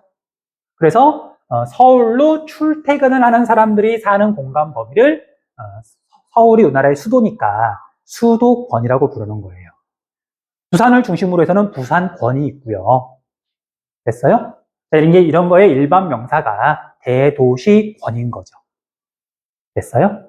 자, 그래서 이제 설명을 하면, 자, 대도시권은 기능적으로 상호 밀접한 관계가 있는, 여기서 기능이라고 하는 건 뭐 상업 기능, 업무 기능, 뭐 주거 기능, 뭐 그런 기능을 말하는 거예요. 뭐 백화점 같은 뭐 상업 기능, 병원 같은 의료 기능, 이런 것들도 마찬가지죠. 경기도 사람들도 뭔가 큰 병이다 싶으면 서울에는 큰 병원 오잖아. 집 옆에 있는 의원 가는 게 아니라. 그래서 대도시와 그 주변 지역, 대도시를 중심으로 일상적인 생활이 이루어지는 범위를 말한다. 그런데 보통 일상적이라 그런다면 대도시로 통근 및 통학이 가능한 범위를 말한다. 출퇴근을 한다. 날마다 왔다 갔다 한다. 일상적인 거죠. 됐어요? 자, 이제 형성 배경은 자, 대도시의 집가가 상승하고 도시가 점점 커지게 되면 땅값이 올라가고요. 그다음에 교통체증 심해지고요. 뭐 환경오염 같은 거 심해지면서 인구와 기능이 대도시 바깥으로 빠져나가는 현상이 발생한다. 앞에서 설명했던 거죠. 자, 그런데 이렇게 빠져나가려면 일단 여기 나와 있는 것처럼 대도시와 주변 지역 간의 광역교통, 광역은 넓을 광자예요. 시내버스 말고 광역버스. 지하철도 서울만 다니는 게 아니라 경기도까지 나가는. 먼 곳까지 가는 대중교통, 그런 교통체계가 발달해야 이제 이런 사람들도 빠져나가는 거고, 이런 사람들이나 기능이 빠져나가면서 이런 교통도 더 발달하게 되는 거고. 그리고 정부에서도 대도시에 너무 많이 몰려 있으면 뭐 안 좋은 점들이 많이 생기니까 인구를 분산하려고 신도시도 정부에서 건설하고 계획해서 뭐 지하철도 정부가 놓아주기도 하고 그런 식으로 해서 대도시권이 형성되기도 된다. 자, 그리고 형성 과정을 봤더니 뭐 기본적인 단어만 체크를 할게요. 자, 대도시로 인구와 기능이 집중되면서 집적 불이익이 발생한다. 자, 집적 불이익에다가 체크 좀 할게요. 어려운 말은 아니고요. 집적, 뭔가 집중된다. 적은 쌓인다. 어쨌든 한 공간에 사람이 됐든 뭐 돈이 됐든 뭐 여러 가지 것들이 모이면 처음에는 이익이 발생해요. 뭐 집이 하나 덩그러니 있으면 당연히 그 집 한 채를 보고 내가 거기다 뭐 슈퍼를 열 수는 없잖아. 근데 사람들이 모이면 가게도 생기는 거고 병원도 생기는 거고 그러면서 여러 가지 이점들이 생긴단 말이에요. 그런데 이게 너무 많아지면 환경오염, 집값 상승, 교통체증 같은 안 좋은 점들이 발생하기 시작해요. 그래서 집적 이익과 집적 불이익 가운데 뭐가 더 크냐? 집적 이익이 더 큰 곳은 점점 뭔가 모이는 거고요. 반대로 너무 많이 모여가지고 집적 불이익이 더 커지게 되면 이제 분산이 일어나게 되는 거죠. 뭐 쉬운 개념이잖아. 자, 그래서 집적 불이익이 발생하게 되면은요, 대도시 안에 있던 주거와 공업 기능 등이 도시 주변으로, 도시 바깥으로 빠져나가는 교외화 현상이 나타난다. 됐죠? 그리고 대도시와 주변 도시 및 그래서 근교 농촌이 하나의 생활권을 형성하게 된다. 됐죠? 자, 이제 여기서 한 가지만 짚고 넘어가도록 할게요. 자, 봅시다. 이제 시험 문제가 뭐 나는 그렇게 내진 않겠지만 이제 몇 년 전 수능 문제를 보면 문제가 정말 어렵게 나올 때는 이런 것까지도 물어보긴 했어요. 근데 그걸 뭐 자세히 설명할 건 아니긴 한데 그냥 일반적인 원리니까 이야기를 좀 할게요. 자, 여러분들 여기에 서울이라고 하는 대도시가 있어요. 실제로 우리가 살고 있는 곳이죠. 자, 서울에 옛날에는 주거 기능도 있고요. 상업 업무 기능도 있고요. 그 다음 공업 기능도 있었어. 1970년대까지는 막 섞여 있었어요. 자, 이제 서울이 이제 너무 밀집됐어. 그럼 서울에 있는 여러 가지 기능들이 서울 바깥으로 빠져나가는 교외화 현상이 나타나는데, 자, 상업 기능은 서울 밖으로 잘 나갈까, 안 나갈까? 백화점, 뭐 호텔, 그런 건 당연히 안 나가죠. 여전히 서울에 있죠. 자, 그러면 주거 기능은 서울 밖으로 많이 나갔는데도 불구하고 여전히 서울 안에도 주거 기능이 일단 많이 있죠. 주거 기능은 나갈 수 있어요. 신도시 같은 거 건설해가지고 사람들이 이사를 가잖아. 자, 그 다음에 옛날에는 서울 안에 공장이 되게 많았는데 지금은 서울 안에 공장은 별로 없죠. 다 나갔다는 얘기죠. 자, 그러면 주거 기능과 공업 기능이 어쨌든 이제 주로 대도시 바깥으로 빠져나가는데 둘 중에 뭐가 더 먼저 나갈까? 공장이 먼저 나간다. 왜?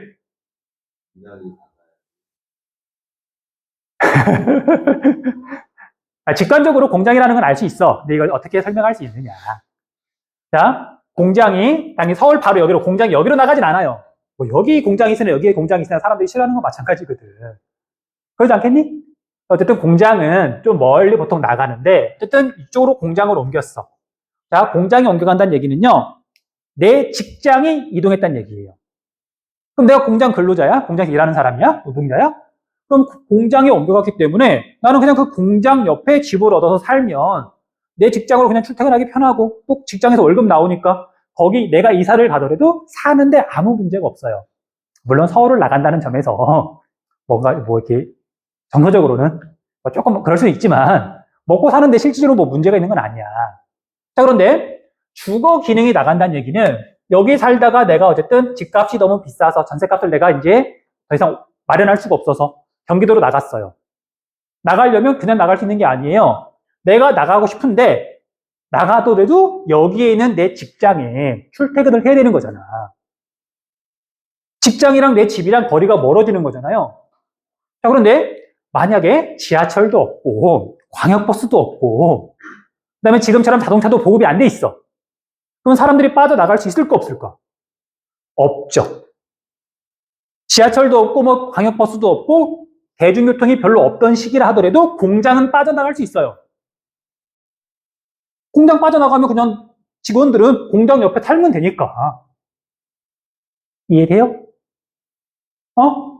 자, 그래서 서울을 기준으로 보면은요, 공장이 빠져나간 건 언제냐면은요, 1980년대부터 빠져나가요. 좀 일찍. 자, 그에 비해서 주거 기능이 빠져나가는 건 1990년 이후부터 빠져나가요.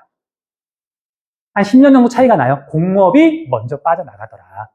자, 그래서 뭐 기억하면 좋고요. 뭐 잊어버려도 상관없고. 자, 서울에 있는 공장이 빠져나가라고 만든 공업단지. 그래서 발달한 공업도시. 경기도 안산. 안산에 가면 반월공단, 시화공단 해가지고 안산은 공업도시예요. 서울에 있는 공장 빠져나가라고 만든 거야. 됐어요? 그럼 안산은 언제 인구가 폭발적으로 늘어났을까? 80년대부터. 됐어요? 이제 깊은 내용이니까 뭐 잊어버려도 상관없는데 어쨌든 일반 원리랑 해가지고 설명하는 거예요. 자, 그 다음에 이제 우리가 1990년대부터는 이제 신도시가 건설이 되면서 사람들이 빠져나가요. 대표적인 도시, 뭐 좀 이따 다시 한번 하겠지만 성남, 분당 신도시가 있는 성남, 고양, 일산 신도시가 있는 고양. 이런 도시들은 언제부터 인구가 폭발적으로 늘어날까? 1990년대부터. 시기가 달라요. 됐어? 좀 어려운 내용이에요. 넘어갈게요.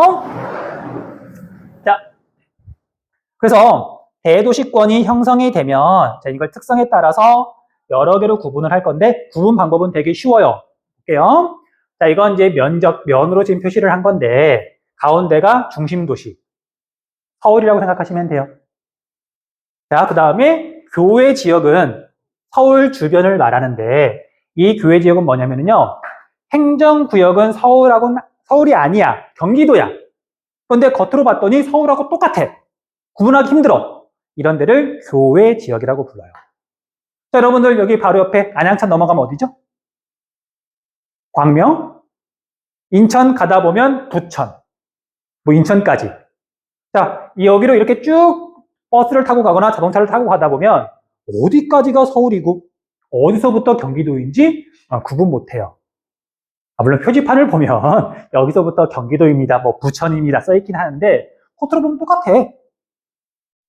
그래서 겉으로 보기에도 도시고요. 대도시하고 똑같고 당연히 사람 사는 모습도 서울하고 똑같아. 그런 지역을 교외 지역이라고 불러요. 됐죠? 그런데 거리가 조금 더 멀어지면 이제 겉으로 보기에는 이제 도시가 아닌 거예요. 겉으로 보기엔 논이고요, 대부분. 높은 건물도 별로 없고 뭐 비닐하우스 있고요. 겉으로 보기에는. 근데 서울에서 대도시에서 그렇게 멀리 떨어지지 않아서 겉으로 보기에는 일반 촌락 같은데 사람들이 농사 짓거나 그런 사람들보다 도시로 출퇴근하는 사람이 더 많은 그런 지역을 여기 나와 있는 것처럼 대도시 영향권이라고 불러요. 개념은 어렵지 않아. 겉으로 보기에는 촌락인데 사람들이 도시 영향을 강하게 받다 보니까 도시 영향을 강하게 받는다. 도시로 출퇴근하는 사람이 많다는 얘기죠. 됐어요? 자, 그런데 여기 배후 농촌 지역은 겉으로 보기에 촌락이야. 근데 사람이 사는 모습도 촌락이야. 단 서울로 대도시로 출퇴근을 하면 할 수는 있는 지역. 1시간 반이 걸리든 2시간이 걸리든 이런 데를 배후 농촌 지역이라고 한다. 됐어요? 자, 그래서 여기까지가 일일 생활권. 여기까지가 날마다 출퇴근을 할 수 있는 공간 범위. 여기보다 더 먼 곳은 주말 생활권. 주말에 뭐 놀러 간다거나, 뭐 주말마다 가는 건 아니고, 그렇게 구분하시면 돼요. 자, 여기 뭐 개념은 어렵지 않으니까 정리하시고요. 넘어갈게요. 51분.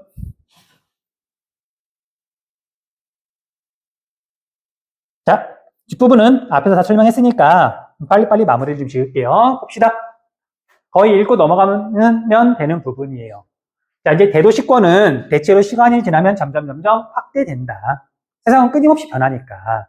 자, 그리고 배경은 교통수단이 더 발달하고요. 뭐 자동차가 더 보급이 되고요. 교통망의 확충, 도로도 새로 생기고, 지하철도 더 멀리까지 가고, 그 다음에 GTX라 그래서 더 빠른 어떤 전철도 생기고, 뭐 교통이 점점 편리해지는 거죠.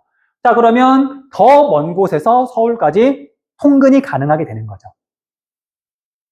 자, 그래서 우리가 이런 학문적인 의미에서 수도권, 수도인 서울을 중심으로 하는 생활권은 점점 넓어져서요. 지금은 천안에서도 서울까지 얼마든지 출퇴근이 가능해요.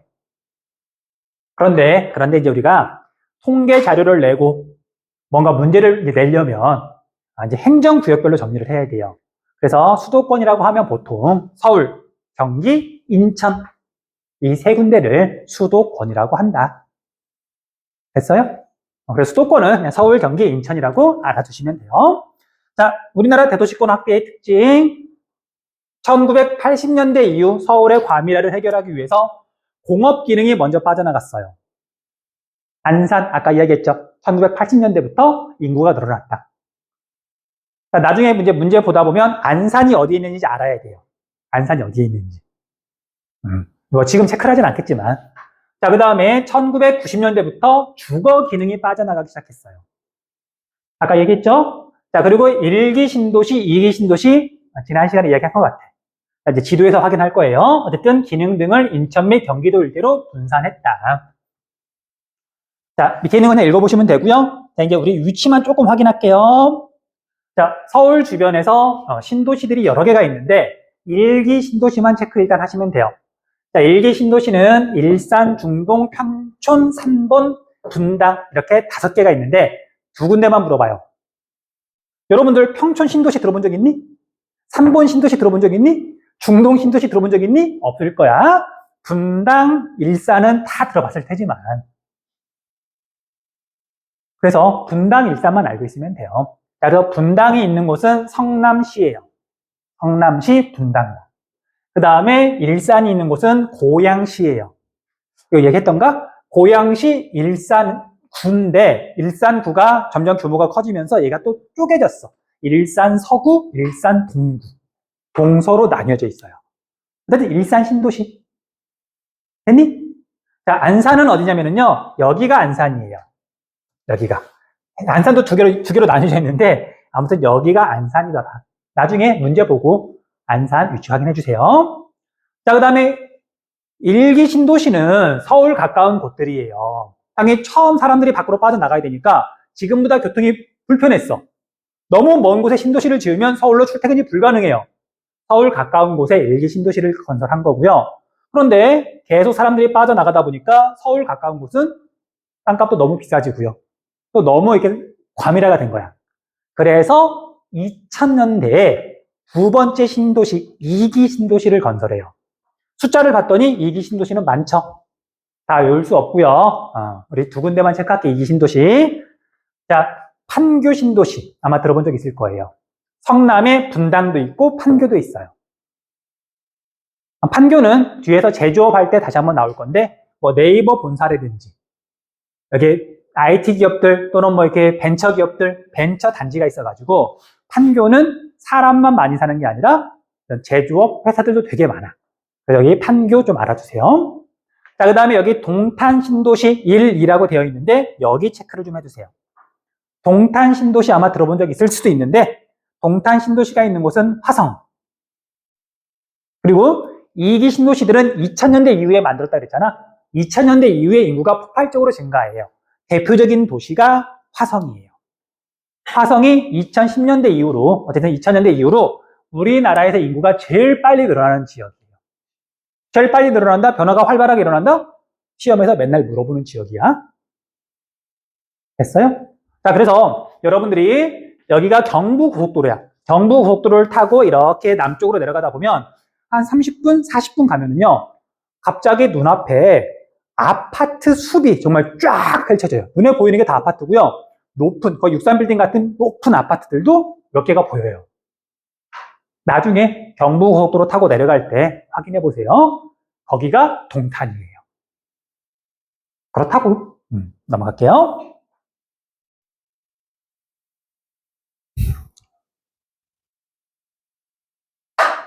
밑에 조금 남았는데 그건 다음 시간에 하고요. 용어 하나만 정리할게. 자, 여러분들, 자, 서울에서 이제 사람이랑 뭐 공업이랑 뭐 주거 기능이랑 뭐 이렇게 상업 기능이랑 뭐 이게 다 있던 시절에서 이제 주거 기능이 밖으로 빠져나간다 그랬잖아요. 그러면 주거 기능이 빠져나갔을 그 초창기 한번 모습 볼게요.